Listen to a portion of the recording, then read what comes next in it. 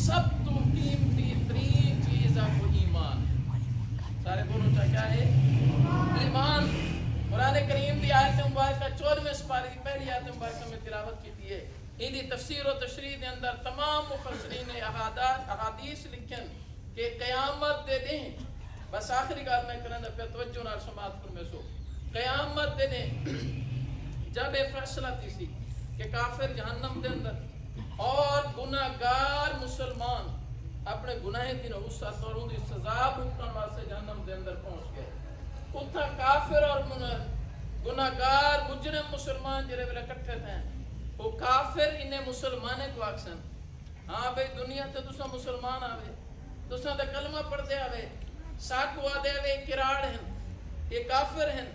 تساں دے ساؤ کہ اج اساں اپنے کفر دی وجہ تو جہنم دے اندر، تساں کلمہ پڑھ کے مسلمان تھی کہ بھی سارے کٹھے آئے وے، تواڈے ایمان نے تو کو کیا فائدہ دے؟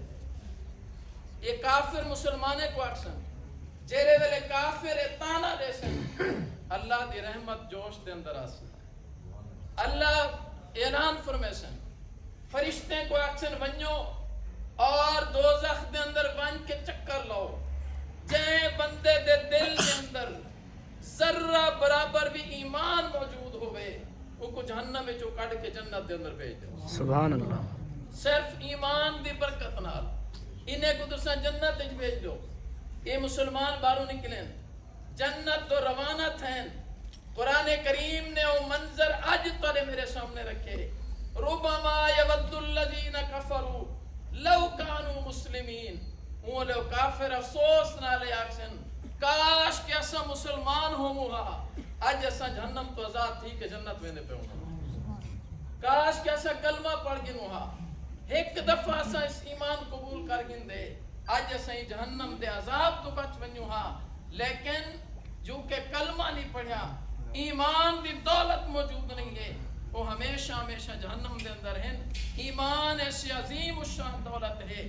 من ماتا وہو یعلم انہو لا الہ الا اللہ دخل الجنہ.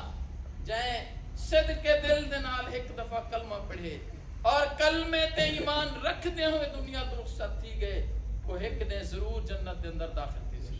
میں اپنے نوجوانے دی خدمت دے اندر گزارش کرے نا اپنے ایمان دی حفاظت کرنی ہے.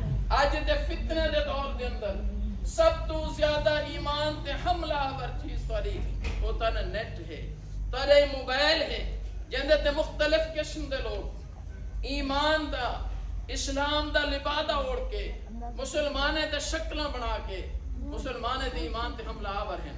یہ پرسوں دی گال ہے موبائل تے ایک لمبی ٹوپی پامن والے پتہ نہیں کیا شاہ ہے. تسا کنہیں دے تے غور و فکر کیتے کہ جیرا بندہ سکرین تے بیٹھے میں ان دے بیک گراؤنڈ کو نہیں جانتا کہ وہ زندگی کنہیں نماز بھی پڑھی ہے یا نہیں پڑھی، وہ قرآن کریم دی تلاوت کریں دے یا نہیں کریں.